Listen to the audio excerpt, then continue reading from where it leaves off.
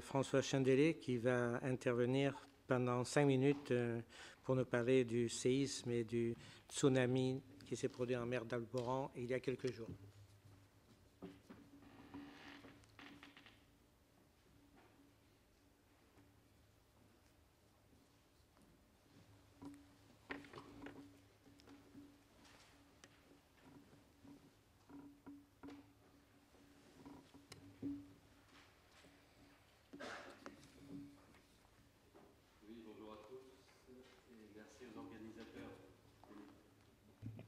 Oui, merci aux organisateurs de me donner l'occasion de vous présenter en fait un événement qui vient d'avoir lieu la semaine dernière.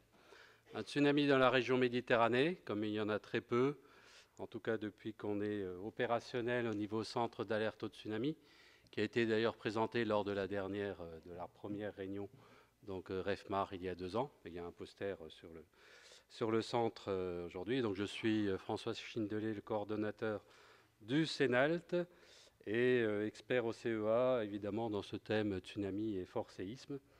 En fait, ce qui s'est passé, donc le 25 janvier, le matin à 4h, j'ai plus en tête l'heure exacte, 4h22, donc il y a eu un fort séisme en mer d'Alboran. On verra sur la carte ici, donc c'est proche des côtes du Maroc, hein. Et de magnitude 6,2 en fait, qui a été réévalué à 6,4. En 7 minutes, donc, un message a été envoyé aux autorités de sécurité civile en France, qui sont évidemment responsables de l'alerte et de la mise à l'abri de la population, et également aux pays qui ont souscrit donc au message du CENALT, donc l'Espagne, le Portugal, l'Italie. Avec ce niveau de magnitude, il faut savoir que l'alerte au tsunami est basée à ce jour sur le niveau de magnitude du séisme. Évidemment, si le séisme est situé en mer ou très proche des côtes, vous voyez sur le graphe en bas à droite une zone orange. Donc zone orange, ça veut dire qu'on peut avoir des phénomènes de courant en bord de côte, des chutes du niveau de la mer, des mascarées, etc. On ne s'attend pas à de fortes inondations, mais on s'attend quand même à des phénomènes. Par contre, sur les côtes françaises et sur les côtes italiennes, c'est la partie en jaune, on ne s'attend pas du tout à des faits liés à un tsunami. On a analysé au niveau sismique, je ne sais pas s'il y a des sismologues dans la salle ou des géophysiciens, vous avez ces beach balls là, qui représentent un peu le type de mécanisme du séisme. En bas à gauche, vous voyez différents types de failles, des failles, ce qu'on appelle des failles normales, avec des mouvements verticaux, avec un affaissement, des failles inverses avec des mouvements verticaux, avec une surélévation, qui sont plutôt dans des zones de subduction, et des failles de décrochement. C'est le type de séisme qui a lieu là. C'est donc essentiellement un mouvement horizontal. Pour une magnitude de 6,4, c'est de l'ordre le séisme a dû bouger de 20, 30, 40 cm, pas plus. Mais donc le CENALT a pour mandat de vérifier par la suite est-ce qu'un tsunami a été généré ou non. Et c'est là l'intérêt de mon exposé, c'est de montrer que les marégraphes sont primordiaux pour vérifier si un tsunami a été induit ou non, que ce soit les petits tsunamis, les grands tsunamis, etc. Alors on voit sur les mesures en haut à gauche, les toutes petites vagues ici, c'est le tsunami qui fait 4-5 cm, donc il est visible sur l'enregistrement. Donc ça c'est la station de Motril en Espagne.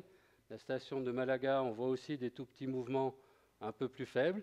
Et si on regarde à droite, alors ce sont des enregistrements très intéressants et des vues très intéressantes, donc ce soit en ondelettes, soit des spectrogrammes.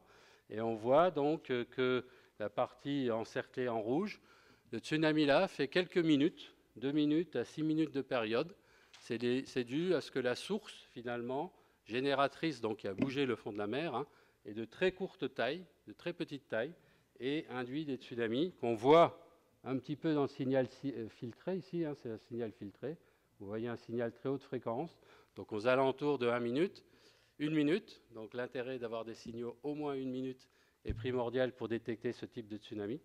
Et on voit sur la seconde station en dessous à Motril, c'est un signal de l'ordre de 4-5 minutes de période, donc exactement à l'arrivée théorique du tsunami à cette station.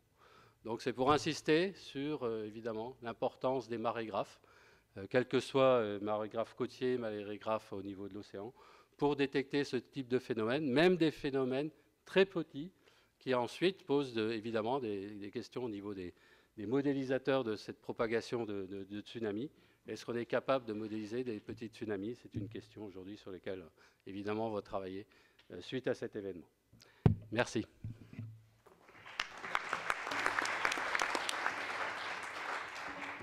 Merci François pour cette intervention qui apporte encore une fois des preuves de l'intérêt d'un réseau d'observation le plus complet possible. Nous allons maintenant, pendant